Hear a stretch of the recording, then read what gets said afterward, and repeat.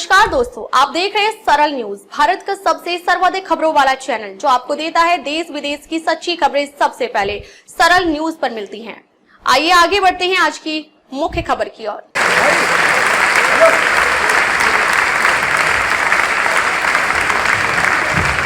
बहुत बहुत धन्यवाद। कृपया करके बैठिए। गहराई से बहुत बधाई देती हूँ। वर्षों बाद दिल्ली के इतिहास से ऐसे ऐसे काले अध्यायों को हटाया जा रहा है जिसके कारण से वर्षों से दिल्ली की जनता पीड़ित थी, इतनी बुरी स्थिति में थी, चीजों को ऐसे उलझा रखा था कि आज तक चाहे वो कांग्रेस की सरकार रही, भाई केंद्र में और राज्य में तो कांग्रेस की भी सरकारें इकट्ठे रही, परंतु उन्होंने कभी इस प्रकार के विषयों को सुलझाने की कोशिश नहीं करी। तेरा मेरा, मेरी पावर तेरी पावर, ये सब चलता रहा। वो सहर्ष उसको स्वीकारते हैं और तुरंत उसे इंप्लीमेंट करते हैं।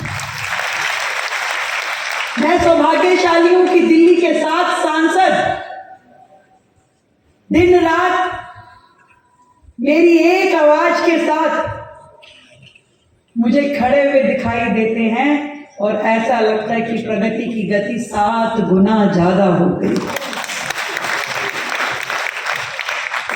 कभी फर्क महसूस नहीं होता। एक ध्येय, एक मिशन के साथ सब काम कर रहे हैं। मैं सौभाग्यशाली हूं कि आदरणीय प्रधानमंत्री जी ने मुझे जो 6 मंत्री दिए वो ऐसे हैं कि आधी रात भी मैं किसी को कह दूं कि ये काम होना है तो वो काम हो करके रहता है। इतनी सुंदर टीम।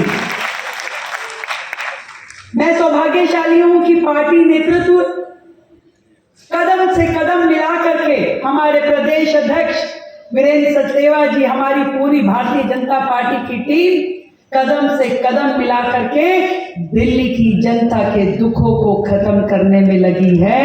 एक एक काम को, दिल्ली सरकार की एक एक योजना को जन जन तक पहुंचा करके एक बड़ा सुकून दिल्ली वालों को देने में लगी है।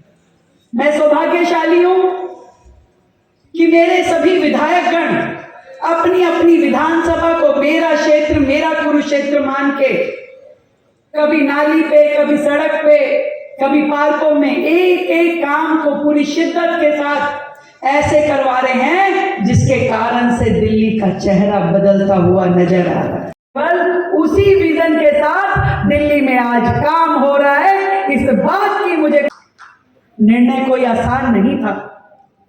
मैं जब आदरणीय गृह मंत्री जी से मिली, मैंने कहा सर, अनेकों राउंड की मीटिंग्स हमने की और कुछ ऐसी समस्याएं हैं, मल्टीप्लिसिटी ऑफ एजेंसीज के कारण से दिल्ली में व्यापार को बहुत दिक्कत हो रही है और इसमें बड़ी दिक्कत जो है मुझे लगता है डबलिंग ऑफ लाइसेंस होने के कारण है।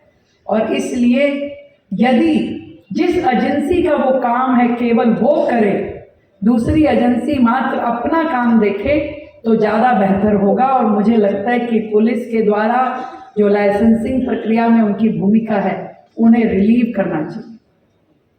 और मैं बता नहीं सकती, जो निर्णय वर्षों में कभी किसी ने लेने की हिम्मत नहीं करी, उन्हें सेकंड्स में हमारे गृह मंत्री जी ने मेरे को करके मेरे हाथ में दे दिया, सेकंड्स में।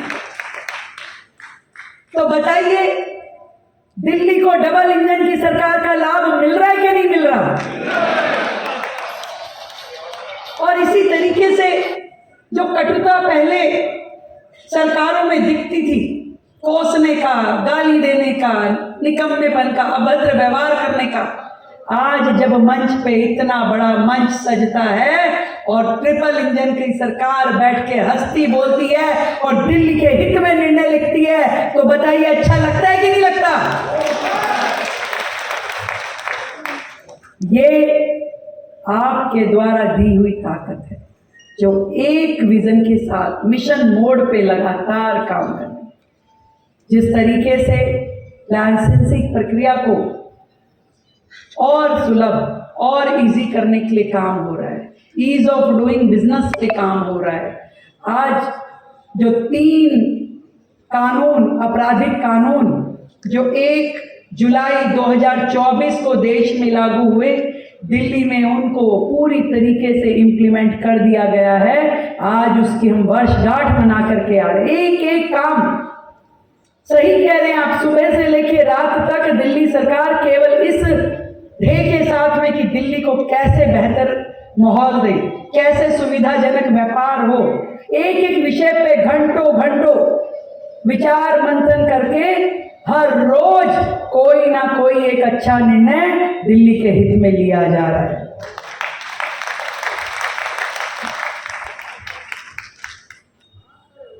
केवल रोजाना का अखबार पढ़ लिया करो, रोज एक नई पॉलिसी फॉर्मेशन, रोज एक रिफॉर्म, रोज एक नई सुविधा दिल्ली के लोगों को दी जा रही है, और वो भी पूरी तरीके से पारदर्शी, भ्रष्टाचार मुक्त, कहीं से कहीं तक लीकेज का इतना सा भी कोना आपको कहीं दिखाई नहीं देगा। और जिस तरीके से आपने कावड़ की बात करी प्रवीण जी, पहले सरकारों में क्या होता था? सबसे बड़ा भ्रष्टाचार का अड्डा ये धार्मिक संस्थाओं को सुविधा देने के नाम का होता था। करोड़ों रुपए सरकार से निकलते थे पर नीचे जनता तक पहुंच नहीं पाते थे, किसकी जेब में जाते थे, ये बहुत बड़ी जांच का विषय है। धार्मिक आयोजनों में भी काम की नहीं दाम की चिंता करती थी सरकार।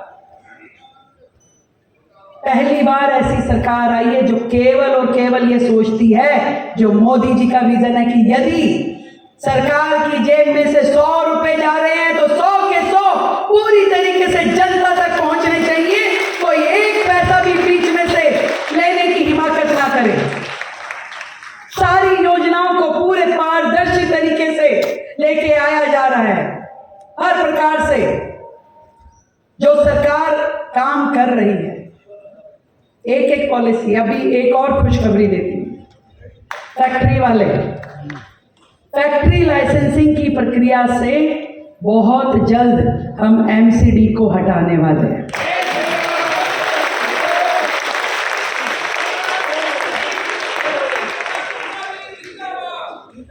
भाई अगर वो डीएसआई डीसी का काम है तो वही करे, जो काम नगर निगम का है वही करे, जो दिल्ली सरकार का है वही करे, जो केंद्र सरकार का है वो करे, और काम सारे वो हो जो दिल्ली की जनता के हित में हो। इसलिए वो सारे काम होने चाहिए।